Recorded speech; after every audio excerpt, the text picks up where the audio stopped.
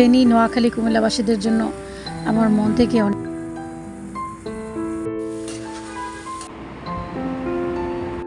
আজকে ছুটির দিন ছিল।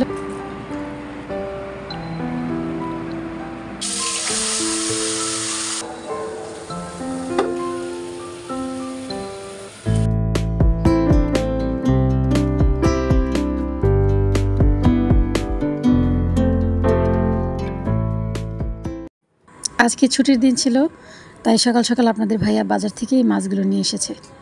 এখানে বিভিন্ন টাইপের মাছ আছে, মলা মাছ, এখানে রুই মাছ, আর এখানে বড় চিংড়ি আর ইলিশ মাছ। ছেলেমেয়েরা এই টাইপের বড় চিংড়ি খুব পছন্দ করে, তো তাদের জন্য এই বড় চিংড়ি নিয়ে এসেছে। আর আপনাদের ভাইয়া ইলিশ মাছ খুব পছন্দ করে, তো আজকে খুব বেশি একটা ইলিশ মাছ নিয়ে আসেনি, কারণ ইলিশ মাছের দাম এখনও কমেনি। সেই জন্য এখানে 4টা ইলিশ মাছ নিয়ে এসেছে মাত্র। আর মাছগুলো যে খুব একটা বড় তাও কিন্তু না, সবগুলোই মাঝারি টাইপের মাছ। এখানে শুধু রুই মাছটা কেটে নিয়ে এসেছে আপনাদের ভাইয়া, আর বাকি সবগুলো মাছই আমাকে কাটতে হবে। তবে এই মুহূর্তে আসলে এই মাছগুলো না কাটলেও চলবে। এখন আপাতত আমি ফ্রিজে রেখে দেব বক্সে ভরে, তারপর যখন রান্না করব তখন অল্প অল্প করে বের করে অল্প অল্প করে কেটে নেব। ইলিশ মাছ, চিংড়ি মাছ, মলা মাছ এগুলো না কেটেও রেখে দেওয়া যায়, কোনো সমস্যা হয় না। এই মাছগুলো আমাদের 3 জনের জন্য রান্না করব, কারণ আপনাদের ভাইয়া দেশের বাড়িতে যাচ্ছে, তার একটা বিয়ের দাওয়াত আছে, সেজন্য। চিংড়ি মাছটা আমার বক্সিং করা হয়ে গেছে, এখন রেখে দেব ফ্রিজে। আস্ত ইলিশ মাছ ফ্রিজে রেখে দেওয়ার একটা নিনজা টেকনিক আপনাদেরকে শিখিয়ে দেবো আজকে। আস্ত মাছগুলো একসাথে করে একটা পলি ব্যাগে রাখা কিন্তু খুবই রিস্কের ব্যাপার, কারণ যখন আপনি এটা ফ্রিজ থেকে বের করতে যাবেন তখন কিন্তু আটকে থাকবে। তাই এইভাবে পেপার বিছিয়ে যদি রেখে দিতে পারেন তাহলে অনেক ভালো হয়। একটার গায়ে একটা লাগবে না, খুব সহজেই ফ্রিজ থেকে বের করে তারপর ভিজিয়ে রাখা যাবে।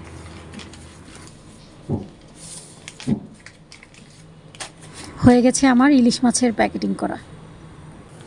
এখন মলা মাছগুলো একটা বক্সে ভরে আমি রেখে দিব। তবে পলি ব্যাগে যদি আলাদা করে রেখে দিতে পারতাম তাহলে আরও বেশি ভালো হতো, সুবিধা হতো। এই কয়েকটা মলা রেখেছি রান্না করার জন্য।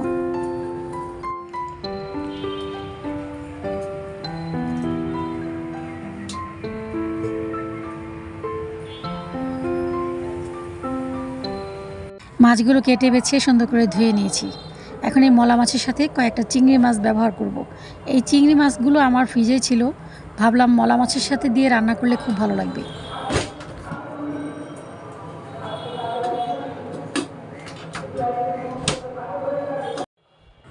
আজকে আমি চিংড়ির মালাইকারি রান্না করব, কারণ আমার ফ্রিজে অল্প একটু নারকেল আছে, ভাবলাম চিংড়ির মালাইকারি রান্না করে ফেলি। আর এই তরকারিটা খেতে তো মানে অনেক ভালো লাগে। তো এখানে আমি কাঁচামরিচ, রসুন, পেঁয়াজ, নারকেল সব একসাথে দিয়ে ব্লেন্ড করব। আদা বাটা যেহেতু আছে তাই আদা দিলাম না। মাত্র কয়েকটা চিংড়ির জন্য এই কয়েকটুকু নারকেল আমার হয়ে যাবে।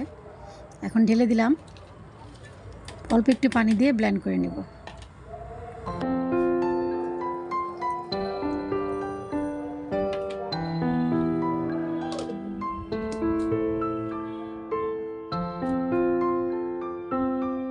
সবগুলো উপকরণ আমার খুব সুন্দর করে ব্লেন্ড করা হয়েছে।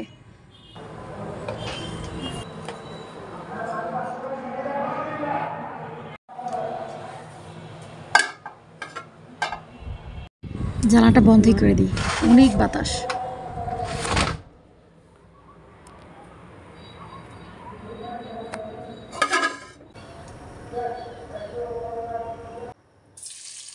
পেঁয়াজের অনেক দাম, তাই বেশি খাওয়া যাবে না।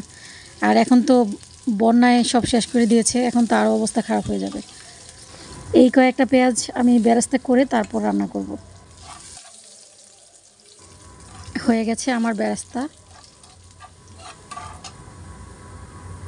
এখন নারকেলের এই মালাইটুকু ঢেলে দিব।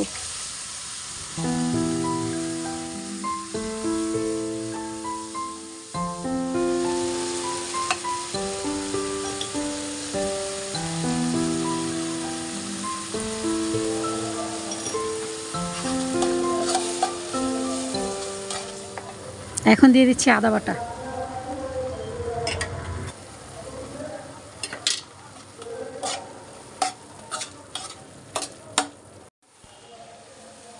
এখন এই অল্প একটু পানি দিয়ে খুব ভালো করে কষিয়ে নিতে হবে।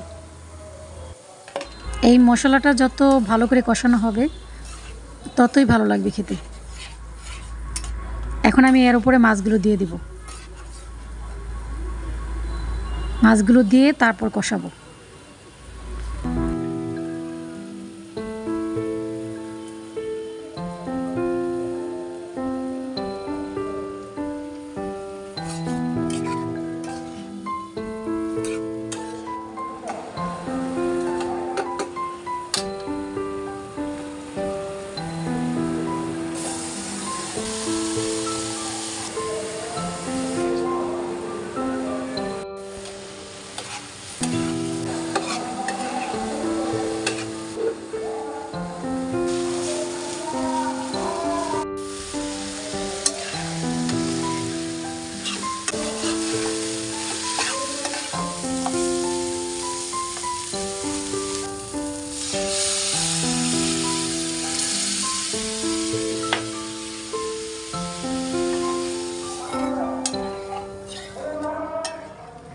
ছোটোবেলায় আমার ছোটো মাছ খেতে অনেক বিরক্ত লাগতো।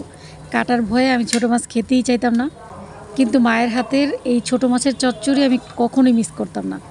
এই তরকারিটা আমার একদম খুবই ফেভারিট একটা তরকারি ছিল। বিশেষ করে ছোটো মাছের চচ্চড়িতে যখন চিংড়ি পাওয়া যেত তখন এই তরকারিটা খাওয়ার আগ্রহ আর বেশি বেড়ে যেত। আর ছোটো মাছের চচ্চড়িতে কিন্তু বিভিন্ন টাইপের মাছ থাকতো, যার কারণে আরও বেশি ভালো লাগতো খেতে। আমি তো এখানে মাত্র 2টা আইটেম নিয়েছি, চিংড়ি আর মলা। তারপরেও এই তরকারিটা মানে অসাধারণ একটা তরকারি হবে শুধুমাত্র চিংড়ির জন্য।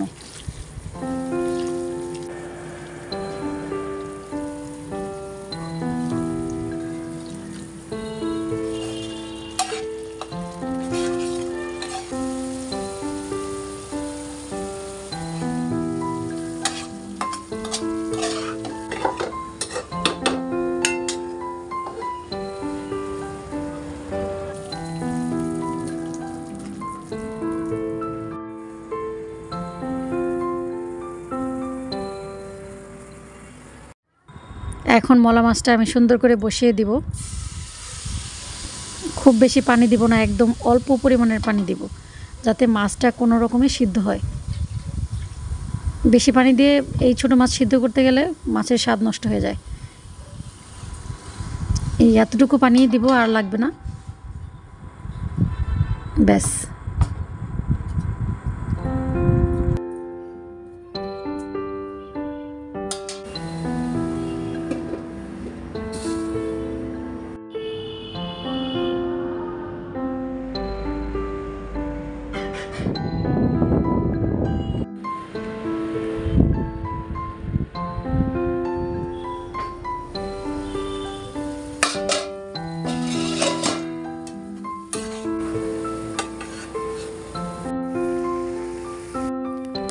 দেশের এরকম কঠিন মুহূর্তে মনটা যেন কোনোভাবেই ভালো যাচ্ছে না। সব কিছুতেই শুধু টেনশন হচ্ছে, কোনো কিছুই ভালো লাগছে না। ফেনী, নোয়াখালী, কুমিল্লাবাসীদের জন্য আমার মন থেকে অনেক বেশি দোয়া রইল। তার পাশাপাশি ওদের সাহায্যের জন্য এগিয়ে আসতে হবে আমাদের সবার, কারণ এই দেশটা আমার, আপনার সবার। আমি আমার বিকাশ নাম্বার থেকে ওদেরকে যতটুকু পেরেছি সাহায্য করেছি। আমি চাই আপনারাও যে যতটুকু পারেন, যার যতটুকু সামর্থ্য আছে ততটুকু নিয়েই আপনারা চেষ্টা করেন ওদেরকে ভালো রাখার জন্য। বিপদ কখনো কাউকে বলে কয়ে আসে না। যদি আসতো তাহলে হয়তো তারা আগে থেকেই প্রস্তুত নিত, রেডি থাকতো। তো তাদের এই অসহায় মুখটা যে এখন আমরা দেখছি, এই অসহায় মুখটা কি কখনো দেখতে হতো যদি এরকম নির্মম পরিস্থিতিতে তারা না পড়তো? আসলে আমরা সবাই তাদের জন্য অনেক বেশি বেশি দোয়া করি এবং সাহায্যের হাত বাড়িয়ে দিই।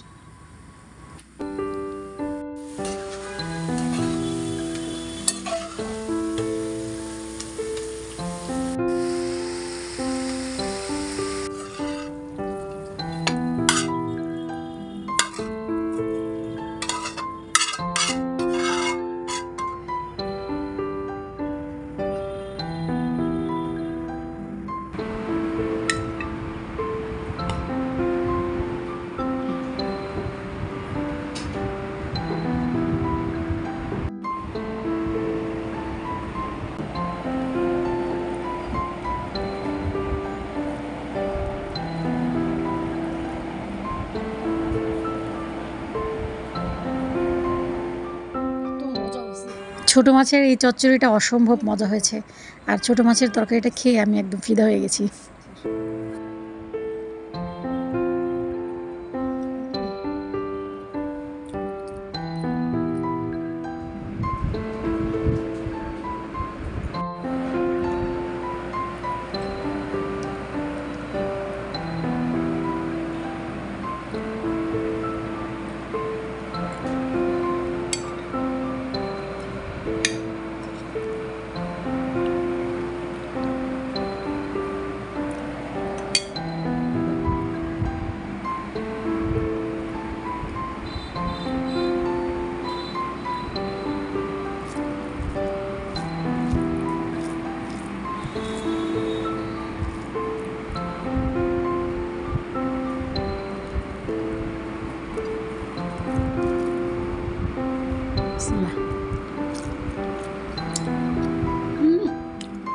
জীবনে আর কিছু খান বা না খান, চিংড়ির এই মালাইকারিটা একবার হলেও রান্না করে খেয়ে দেখবেন।